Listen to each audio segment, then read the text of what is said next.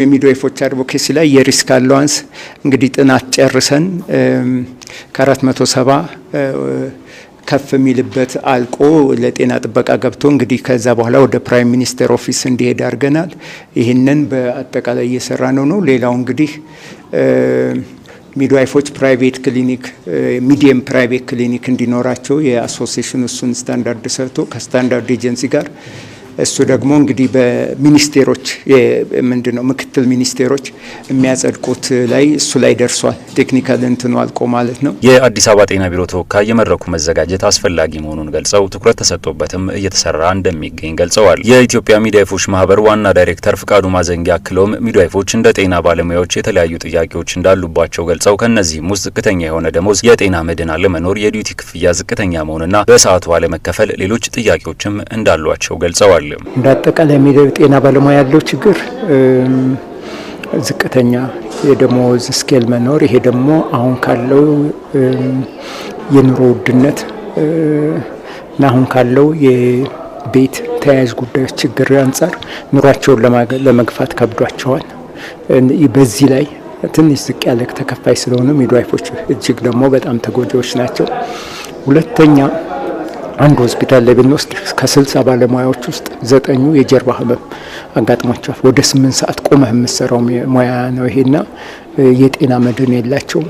ሶስተኛው ሪስክ አላዋንስ ይባላል። ይሄ በሙያ ለሪስክ የተጋለጠ ነው። ደም ከነካህ ለምሳሌ ጉበት ቫይረስ የመተላለፍ እንትኑ በ35 ከመቶ ጉበት ቫይረስ ይችላል። HIV 3 ከመቶ ደም ከነካ የመተላለፍ እድል አለው። እንዳልኩ ረጅም ጊዜ ከመቆም የጀርባ ህመምና የመገጣጠሚያ ህመም ይገጥማቸዋል። ሌሎች ተላላፊ ቲቢ እንደዚሁም አንዳንድ ጊዜ ተፈናጥሮ ይገባባል። አሁን የእንሽርት ውሃ እነሱን የመሰሉ በጣም ብዙ በሽታዎች ተላላፊ ከነሱ የሚመጡ ከደም ንክኪ ጋር በጣም የተቀራረበ ሙያ ነው ይሄ ሙያና እዛው ተጎንብሰህ እዛው ሆነህ ስለሆነ የምታዋልደው በሱ ምክንያት ደግሞ የጤና እክል ይገጥማቸዋል። እሱ ከበር አልተደረገላቸው። ሁለተኛ ደግሞ ለዛ ድሮ የተወሰነች ሪስክ አላዋንስ ሳሙና እንዲታጠቡ ኢሚዲየት ሊገዝተው እንኳን እንዲታጠቡና ተብሎ ሪስክ አላዋንስ ተወስኖ ነበር። እሱ በዛ ጊዜ የተወሰነች በጣም ዝቅተኛ ናት። አሁን ካለው የኑሮ ሁኔታና እንትን እዚህ ግባ ማትባል ሻይ እንኳን በሰዓት ማትገዛ አይነት ናት። እሱ መጨመር አለበት የሪስክ አላዋንሱ። እሱ ችግር አለ። ሌሊት ያድራሉ። 24 ሰዓት ነው ሰርቪሱ እንደምታውቀው ሌሊት ነው በብዛት መምጥ የሚመጣውና 24 ሰዓት ነው። እሱ ዲዩቲ በሚያዱበት አንደኛ የሚከፈለውም ዝቅተኛ ነው። እሱም በሰዓቱ አይከፈላቸውም። እሱ ችግር አለባቸው። ሁለተኛ ሌሊት ነው እየተመላለሱ የሚሰሩት። በተለይ በገጠር ጤና ጣቢያ አካባቢ የተመላለሱ ይሰራሉ። የቤት ችግር አለ። ኢቭን የሚከራይም ቤት አገኙም ሲከራዩም ውድ ነው እና የቤትና የትራንስፖርት ችግር አለባቸው።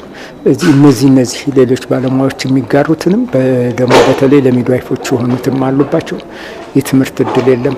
ሊደርሺፕ ካሪየር ላይ ብዙ እድል የላቸውም።